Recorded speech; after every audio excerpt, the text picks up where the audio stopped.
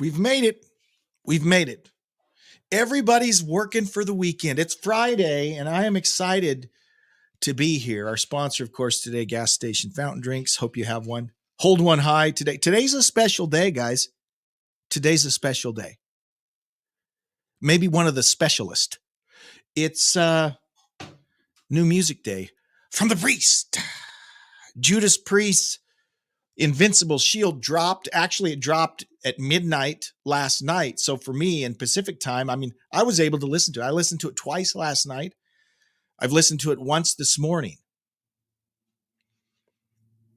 Let me say this. This is the best Judas Priest album since Screaming for Vengeance. I'm serious. I'm serious. At first I was thinking, you know what? This is probably the best since this is better than Defenders of the Faith. Best Priest album since 1982. That's how good it is. I don't know what to tell you.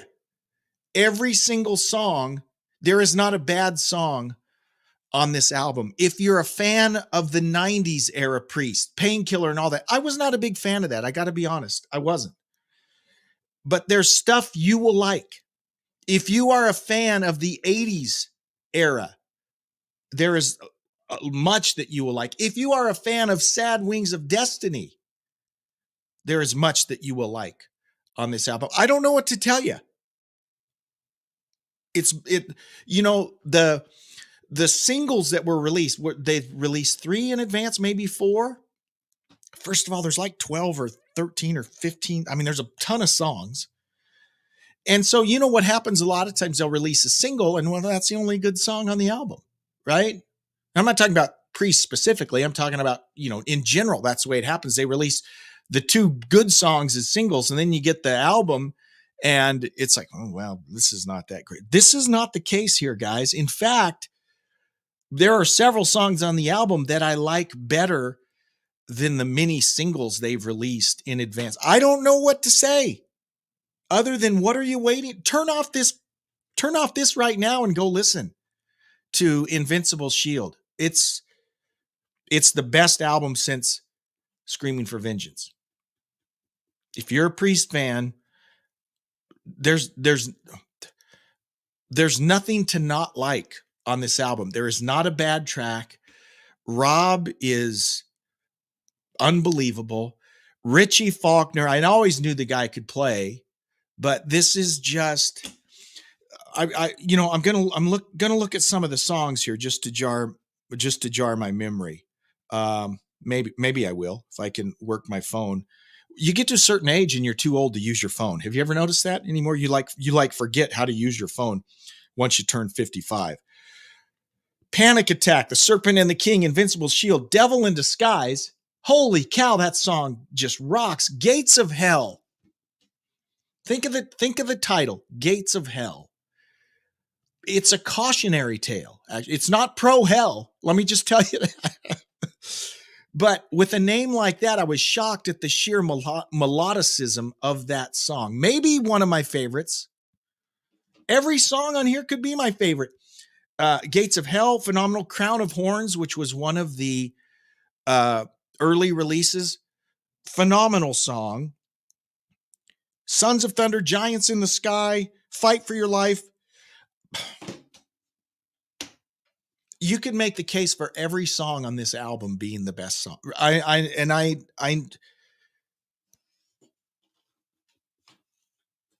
not going to say, well, I'm thinking it. I'll say it. I'm not ready to commit to this. It might be as good as Screaming for Vengeance. It might be. It's that good.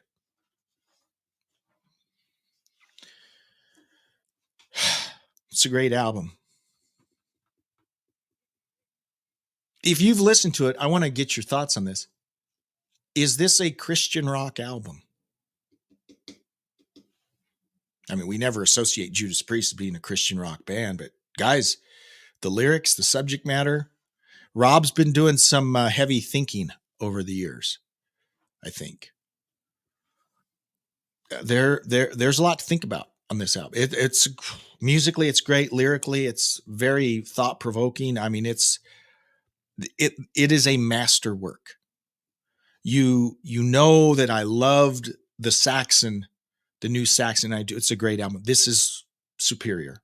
Okay, this is just a phenomenal album. So if you have not heard it yet, the minute this program is over, I want you to go out, stream it, go buy it, whatever you need to do to listen to Invincible Shield.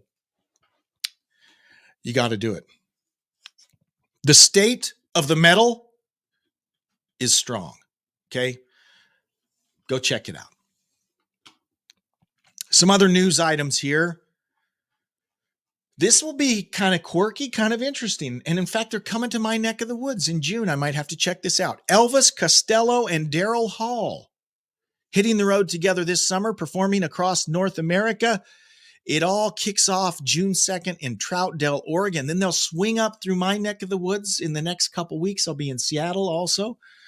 But it's a big show. There's dates all over.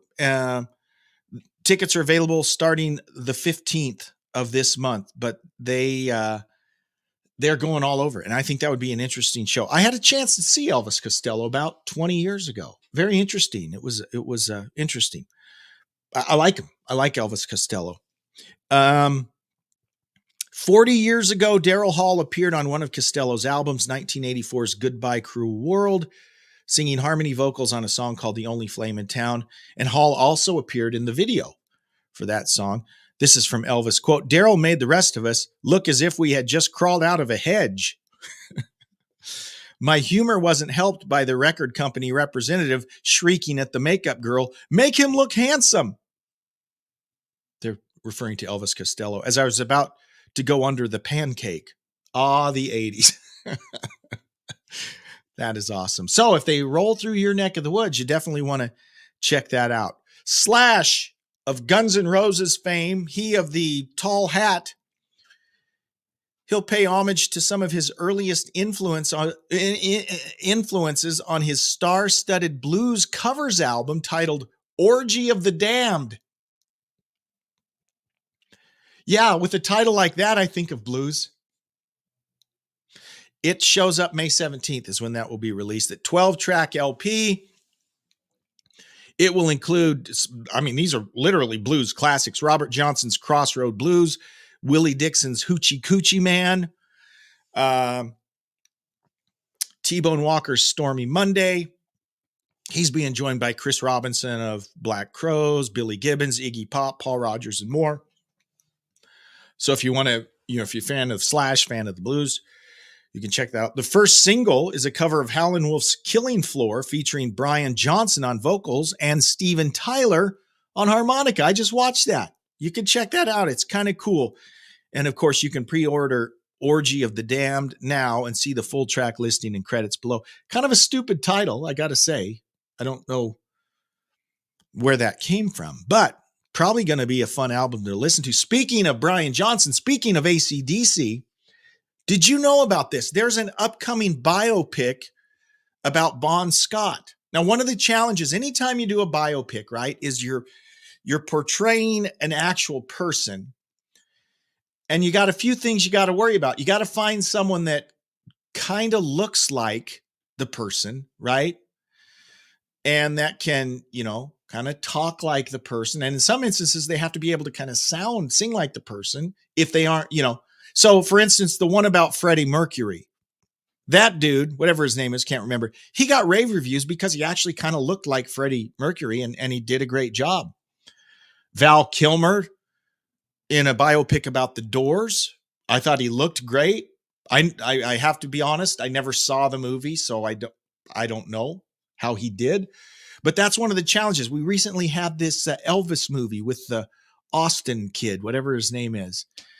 Far as I can tell, I didn't see the movie, but the kid got good reviews. Well, Lee Tiger Hawley, or Halley, don't know how you pronounce it. Lee Tiger Halley will play the famed frontman in the film, tentatively titled The Kid from Harvest Road. Now, I got to say, looking at the picture of the kid, he looks absolutely nothing like Bon Scott. Will that matter? Will that hurt? I don't know. He says, quote, I was truly inspired by Scott's charismatic character, but what interested me most was his early life, not the caricature we all know on stage. The teen who walked the streets of Fremantle, Belowski explained. This is not from the actor. This is from the screenwriter, sorry. The teen who walked the streets of Fremantle, Belowski explained. This is a love letter to Fremantle and Bond reimagined through the eyes of the author. Now, here's the problem. Sometimes reimagined versions are crap, right? We've seen this recently with movies. When people reimagine J.R.R. Tolkien or whatever, and they put out crap because their reimagination is crap. Hopefully that will not be the case with this. But they're going to begin production on early 2025. Bon Scott, definitely an interesting character, and it will be interesting to see how this turns out. Wolfgang Van Halen and his family have donated 100 big ones, $100,000 to the Mr. Holland's Opus Foundation to help get musical instruments in schools. Quote, this is from Wolfie, music has been a huge part of my life, and it is our family's great pleasure to help support music education programs and bring the gift of music to students across the country. Music education has proven to be a huge contributor toward a student's success in school and in life. And of course, his dad, Eddie, really believed in this Mr. Opus Foundation, donated a lot of instruments. I mean, he donated his own instruments. Could you imagine being in a school and you're playing a guitar that Eddie Van Halen played? That's pretty awesome. And he also left a sizable percentage of his estate to this organization.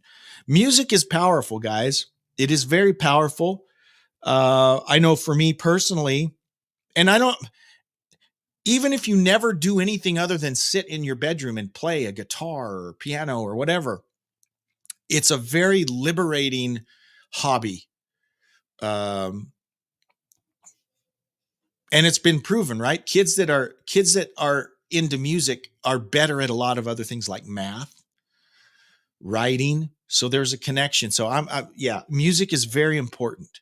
And cheers to Wolfie and his family for getting behind this great project. It is awesome. If this is something you'd like to donate to or support, you can go to the Mr. Opus Foundation and donate yourself. Pretty awesome. That's what I got for today.